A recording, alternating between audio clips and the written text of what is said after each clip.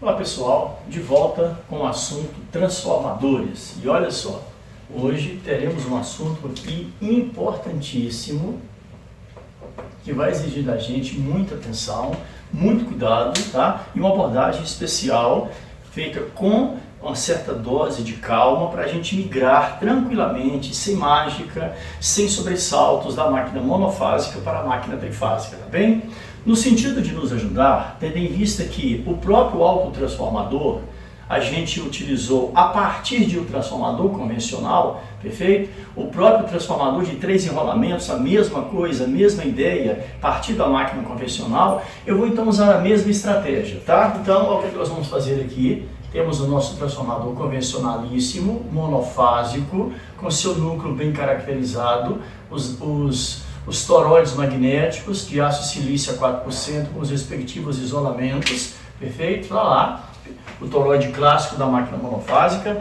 Aqui, aquela fita de isolamento, aquela cartolina resinada, tá? Aquela cartolina embebida com material de alta rigidez dielétrica, proporcionando um isolamento elétrico muito efetivo entre o circuito magnético e o circuito elétrico, tá bom? Então, olha o que eu vou dizer aqui, tá? E olha como eu já vou preparar o enrolamento. Aqui nós temos, então, a bobina clássica, que representaria a bobina indutora deste lado do transformador, inclusive com sua polaridade pré-estabelecida, perfeito? O que nós fazíamos era o seguinte, né? Nós colocávamos do outro lado a segunda bobina, perfeito? Caracterizando então o induzido, também com sua polaridade subtrativa, tá? Bem definida e bem ajustada, tá ok? Nada diferente, o nosso próprio transformador. Ah, o desenho está estranho. Ora, porque simplesmente nos desenhos anteriores eu fazia isso aqui, ó. O recurso da lousa branca facilita demais, né? Como é fácil você apagar. Olha bem, qual que é a diferença? Nenhuma. Eu fazia isso aqui, ó. Absolutamente nenhuma diferença. Tá certo? Eu apenas, como fiz no autotráfego, no 3 enrolamentos, estou fazendo uma mudança de ponto de resgate dos, digamos, os pontos, os terminais de cada enrolamento, de cada bobina, de um dos lados, de ambos os lados desta máquina, tá certo? O que nós temos então? Nós temos uma FEM E1, produzido na bobina primária por Lenz, uma FEM E2 na bobina secundária por Faraday, claramente como aconteceu com o nosso transformador monofásico anteriormente, tá certo? Nada mudou com relação a isso. Um fluxo é produzido pelo sentido descendente dessa corrente da bobina primária, então mão de ampere, né, regra de ampere, mão direita, tá? Ou regra de fluxo, olha só, você produz então um campo magnético nesse sentido, esse campo varre o núcleo do transformador, enquanto no núcleo uma rota extremamente favorável, de alta condutividade magnética, tá? E como a gente já comentou a respeito disso, 97, 96, 98% de todas as linhas de campo produzidas do indutor mergulham ávidas no induzido e se acoplam magneticamente com alto nível de coeficiente de acoplamento, tá certo? Isso tudo é sabido. Não mudou nada com relação à nossa. Essa é uma máquina convencionalíssima, a nossa máquina monofásica. Ponto pacífico, tá ok? Pois muito bem. O autotráfego já havia ventilado essa possibilidade de um ganho de potência, né? Mais potência por quilograma de máquina, mais volt-ampere por metro cúbico de máquina, fazendo aquele jumper entre a bobina primária e secundária. Foi realmente uma atitude super ousada, diferenciada, mas se convenhamos, trouxe no bojo duas desvantagens um tanto quanto complexas, um tanto quanto, eu diria não complexas, um tanto quanto preocupantes. O fato de você ter sempre que reisolar efetivamente o lado de baixa tensão, independentemente de onde ele esteja, à direita ou à esquerda, tá certo? Seja o indutor ou o induzido, tanto faz. E o que é mais importante, o mais severo, tá? O mais crítico para o autotráfego, é a questão do nível de corrente de curto-circuito que cresce na mesma proporção do aumento de potência, tá bom? Então a ideia aqui é também ganhar potência, mas de que maneira? Não jampeando um lado e o outro. Não que não exista autotransformadores trifásicos, evidente que existem, tá certo? Mas a nossa perspectiva agora é entender o que foi feito para migrar de uma máquina monofásica para uma máquina trifásica, tá certo? Gente, eu vou queimar algumas etapas aqui de contexto histórico, tá? Porque talvez fosse um tanto quanto desnecessário, até pela configuração de conversa e de aula que nós estamos tendo aqui. Mas, evidentemente, tentativas foram feitas no sentido de que sempre pensando em tirar mais potência do equipamento, sem comprometimento de quem? Tensões nominais de cada bobina, polaridade instantânea nas tensões das bobinas, correntes nominais em cada bobina, sentido de corrente em cada bobina. Eu diria colocações já apresentadas aqui em situações anteriores, tá certo? Então, diante dessa novidade e desse, eu diria, desafio arquitetônico, alguém pensou o seguinte, tá? Vem cá, e se a gente, ao invés de usar uma fase como estamos usando aqui, se eu conseguisse proporcionalizar ou criar condição para que na mesma estrutura, ou quem sabe uma estrutura um pouco mais arrojada, eu pudesse colocar junto a esse pacote uma outra fase, como se fosse um segundo transformador junto dessa estrutura como um todo.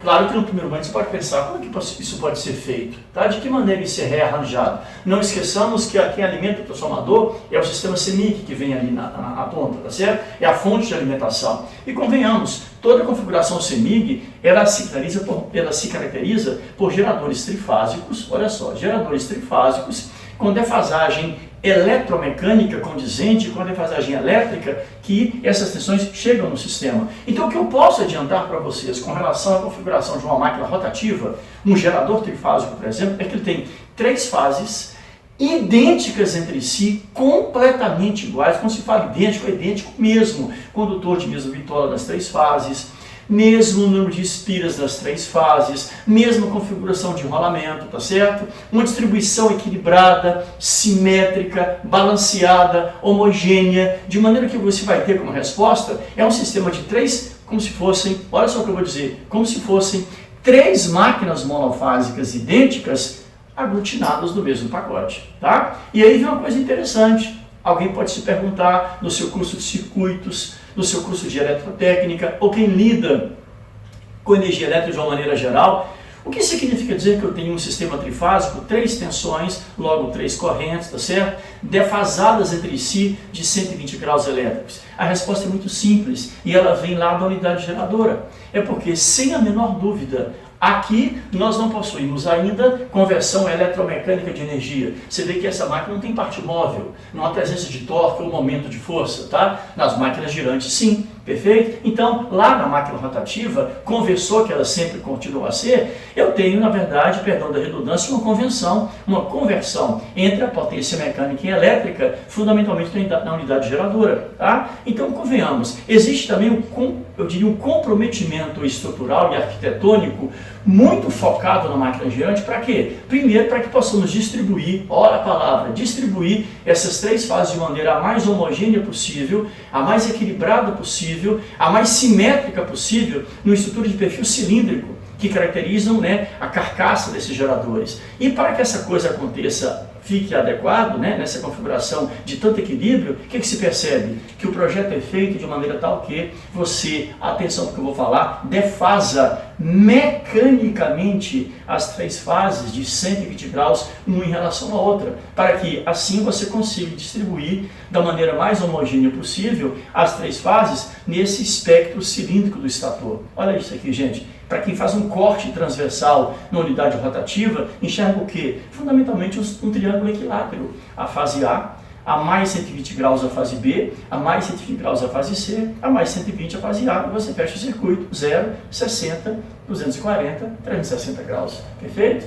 E eu te pergunto, existe em geometria plana ou espacial uma figura mais simétrica, mais homogênea, mais equilibrada, né? Mais bem distribuída, né? Do que um triângulo equilátero? Muito pouco provável, tá? Tanto é que as partes móveis, as partes girantes das máquinas rotativas, elas são inseridas exatamente aonde? De maneira que o centro de massa do seu eixo, conhecido com quem? Com um pontinho interessante aqui, é o chamado de incentro, ortocentro, ou baricentro do nosso triângulo equilátero.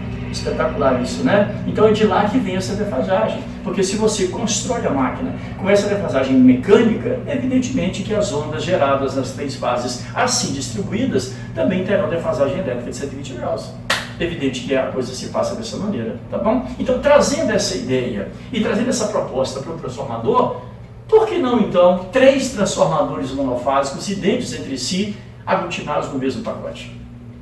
Tá? Aí você pensa, mas se eu pegar 3 máquinas monofásicas, uma, depois a outra, vai ficar um volume de máquina muito grande? Concordo.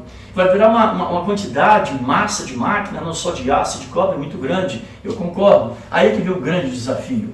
O que pode ser feito? Se é que pode ser feito arquitetonicamente, mecanicamente, para que aquele altíssimo coeficiente de acoplamento, enlace de fluxo, que essa máquina aqui já possui, em função desse aço, seu exímio condutor, vou até repetir, quando você joga a corrente passando por aqui, você cria um campo magnético, em média, 97% de todas as linhas de campo produzidas nesse circuito, de fato, mergulham, tá? E traspassam o segundo secundário, criando essa situação de acoplamento magnético de alta eficiência.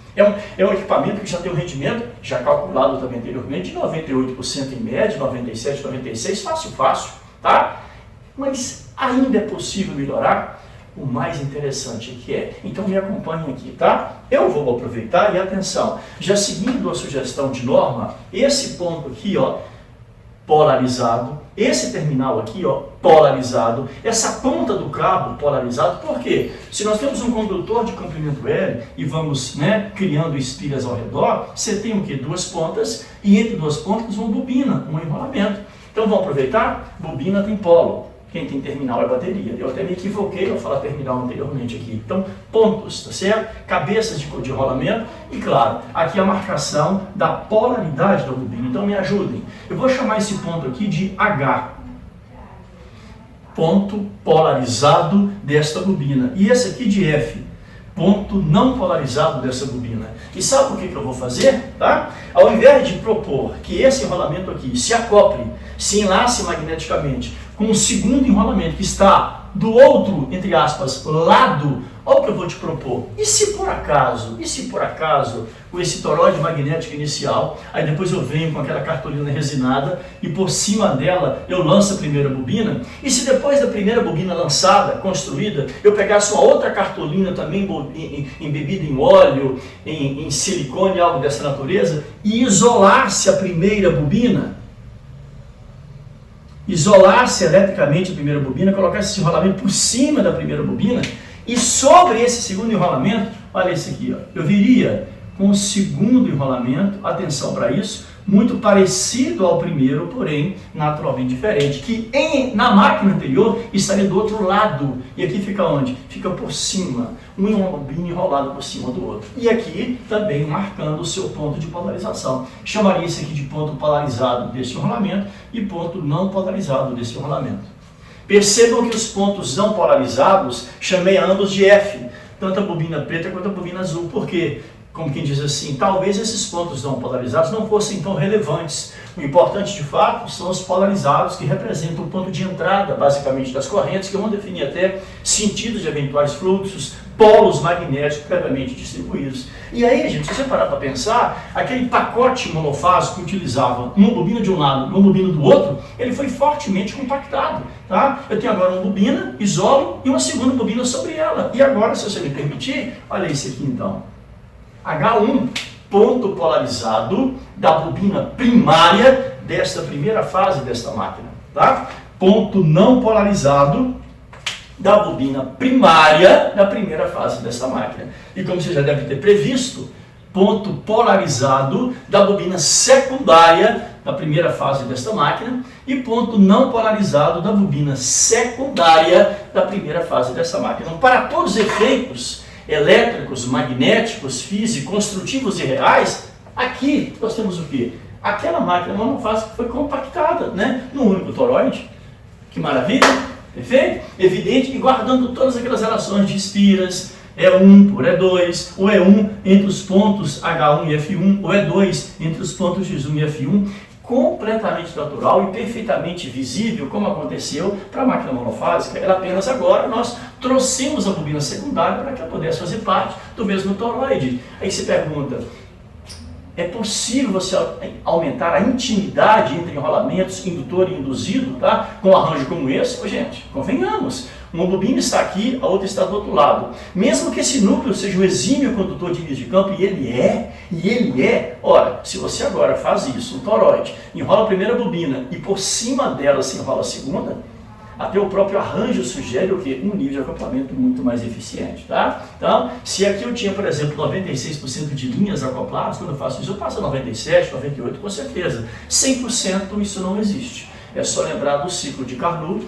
que nenhuma máquina que coopera de maneira periódica tem eficiência de 100%, mas que, evidentemente, até do ponto de vista, né, arquitetônico, percebe-se um incremento nessa capacidade de acoplamento magnético entre indutor e induzido, com essa configuração de uma bobina sobre outra, não resta a menor dúvida, tá?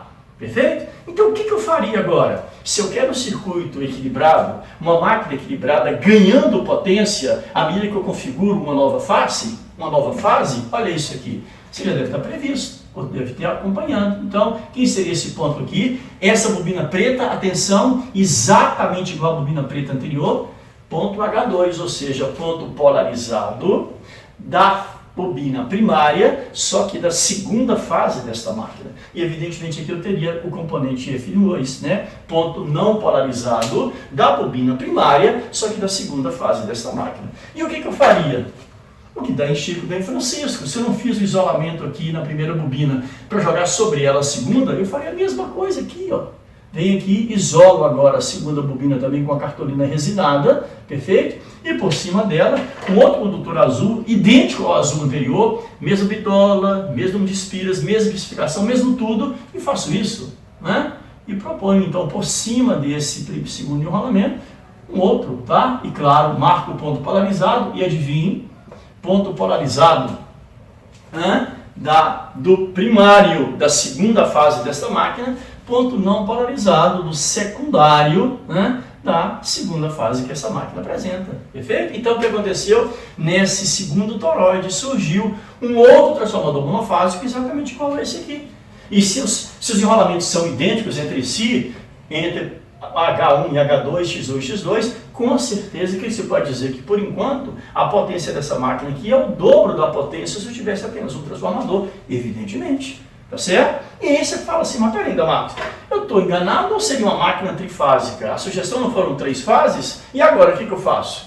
Cabeça aberta, senhores, open mind, o que eu faço? Eu venho aqui, ó, e simplesmente providencio uma estrutura magnética condizente a essa minha nova necessidade. Um toroide único, um pacote magnético único, apenas você prolongou, né, a configuração de aço, é claro, completamente simétrico, totalmente equilibrado. Faço a mesma coisa, isolo magneticamente o braço polar, o braço magnético, para que eu venha aqui com o terceiro condutor, exatamente igual ao H1 ao H2, e você já previu, faço o quê? Ó, perfeito? Começo então a me preparar para moldar a terceira fase. Nem precisa dizer o que vai rolar aqui, né? Ponto polarizado do primário da terceira fase desta máquina. Ponto não polarizado do primário da terceira fase desta máquina. Me perdoe que eu tinha esquecido aqui do F2, relativo ao ponto polarizado, não polarizado da fase 2 do secundário, tá bom? Ora, posicionar a primeira fase da terceira bobina, a primeira bobina da terceira fase, eu venho aqui, isolo essa primeira bobina como fizemos nas duas configurações anteriores, tá certo? E por cima dela, um outro terceiro condutor, exatamente igual aos condutores azuis anteriores, com marcação de polaridade bem caracterizada. Olha o que nós temos aqui, ponto polarizado, do primário, da terceira fase, e claro, ponto não polarizado do secundário, da terceira fase do nosso transformador. Então, senhores, com tranquilidade, tá? De uma maneira, eu diria, coerente, sem saltos, tá certo? Sem achismos, o que é um transformador trifásico? Rigorosamente, 3 transformadores monofásicos idênticos, aglutinados no mesmo pacote. E daí é que começam as questões relativas a eventuais propostas de equações até para cálculos, tá? Por exemplo, na máquina original, qual seria a nossa potência? Com certeza, se eu te perguntasse assim no transformador monofásico, admita um universo em que só existia na nossa vida, existência, só existem máquinas monofásicas. Eu te coloco um transformador no quadro, como eu coloquei no início dessa conversa, e pergunto assim, qual que é a potência que essa máquina apresenta? Eu diria que sem pestanejar, qualquer um de nós diria V vezes I. Se fosse primário, S1, V1 e 1. Se fosse secundário, S2, V2 e 2. Perfeito? Tá legal? Agora, a simples menção, a simples apresentação, a simples proposta de um novo universo, onde existem mais de uma fase, olha só. Então, se eu te perguntasse agora, eu quero que você escreva para mim a potência só de uma dessa máquina aqui monofásica. Nem precisa dizer que ela tem uma fase só, seja para tensão, seja para corrente. Mas como você já sabe que existe uma máquina trifásica, tá? E eu não me referi assim categoricamente se essa potência que eu estou querendo é a potência de uma fase de uma máquina já trifásica ou é a potência de uma máquina que continua sendo monofásica. Como eu não disse isso a priori, isso não ficou muito claro, agora é interessante que você se resguarde e dê uma resposta mais condizente. Quando ela é perfeita, sim, qual que é a potência dessa máquina ou desta fase, talvez fosse interessante um pouco mais de caráter insertivo, cirúrgico, implícito. A potência seria então VF. O que é isso? É a tensão desta fase, conhecida como tensão de fase. Eu quero a dela. Só existia ela. Onde essa tensão se encontra? No corpo físico da bobina ou do grupo de bobinas que essa fase, por acaso, apresentar. Tem enrolamentos que tem uma, duas ou três bobinas numa única fase e de um único lado, problema nenhum. Então, a tensão de fase é a tensão do corpo físico da bobina ou das bobinas que constituem essa fase da máquina. A mesma coisa vai para isso aqui, ó. Corrente de fase é a corrente que passa naquela bobina, naquele enrolamento em particular, ou naquele grupo de bobinas daquela fase, ponto final. Então, quando você escreve isso aqui, o que eu estou entendendo agora, categoricamente, é que não há como fugir e não entender essa mensagem, ela está completa e muito bem definida, que esta potência é a potência desta fase, é a potência de uma fase só que nós estamos analisando. E por esta razão, seria, no mínimo, coerente também que a gente indicasse isso desta forma. Olha lá. Potência monofásica, tensão de fase vezes corrente de fase. A partir de agora, senhores, não dá para viver mais sem essa nomenclatura. Uma questão até de coerência, tá? Porque eu posso ter uma máquina trifásica. E convenhamos, pelo que está sendo dito aqui, se uma máquina trifásica, na verdade, são três monofásicas idênticas juntas no mesmo pacote, no mesmo ambiente de trabalho, ora, seguramente a potência trifásica será quem? O triplo da potência monofásica, não há a menor dúvida com relação a isso. Então, talvez, potência monofásica é tensão de fase, corrente de fase, sem a menor dúvida. Porém, a máquina trifásica, olha isso, máquina monofásica ou potência monofásica, máquina trifásica ou potência trifásica, olha a representação, seria que então, com certeza, 3 vezes a potência monofásica. Ou, se você preferir, a potência trifásica é quem? 3 vezes V de fase vezes I de fase. Olha que interessante isso. Não é verdade? Perfeito, tranquilo. E preste atenção, senhores, a partir do momento que surgem as máquinas trifásicas ou polifásicas, palavras como equilíbrio, balanceamento, simetria e homogeneidade ganham importância capital na nossa análise aqui. Tá certo? Toda máquina polifásica, fundamentalmente as trifásicas, são essencialmente equilibradas, simétricas, balanceadas, muito bem distribuídas. Você pode perguntar, então por que não existe a máquina de 4 fases, de 5? Porque se constatou na prática, experimentalmente, que no pacote formado pelo arcabouço cilíndrico dos geradores, nós maximizamos potência ou maximizamos conversão de energia mecânica e elétrica para um arranjo com essa configuração. A máquina de 4 fases se mostrou uma máquina pouco produtiva. A de quinta, então, nem se fala. Tá certo? Quer dizer, quando você vai colocando mais fases, a expectativa é ganho de potência. Isso é correto. Mas chega num ponto que você exaure isso. Porque colocar fases distribuídas, adequadamente equilibradas, você vai encontrar empecilhos a partir de uma máquina trifásica, coisas dessa natureza. É algo muito mais prático, mas está aí. O sistema trifásico vingou porque você maximizou conversão de energia eletromecânica e elétrica, ou vice-versa, em sistemas com essa configuração. Tá bom? Então, perfeito. A coisa está definida, pelo menos por enquanto, assim. E é exatamente isso aqui, ou dessa maneira que nós vamos trabalhar. Tá bom? 2 considerações que vale a pena ser observadas aqui. A primeira é a seguinte: que tipo de espectro de onda a CEMIG joga em um transformador como esse? Isso é interessante. Olha, existem alguns autores, mais artigos talvez, que citam assim textualmente. Olha o que eu vou dizer: um transformador trifásico ele apresenta, eletromagneticamente falando, uma configuração que lhe dá totais condições para apresentar características rotacionais, tá? Te dá a condição para que ele apresente partes móveis, tá? Partes rotativas. Ora, você nunca viu um transformador girando por aí, ou com uma parte rotativa por aí. Será por quê?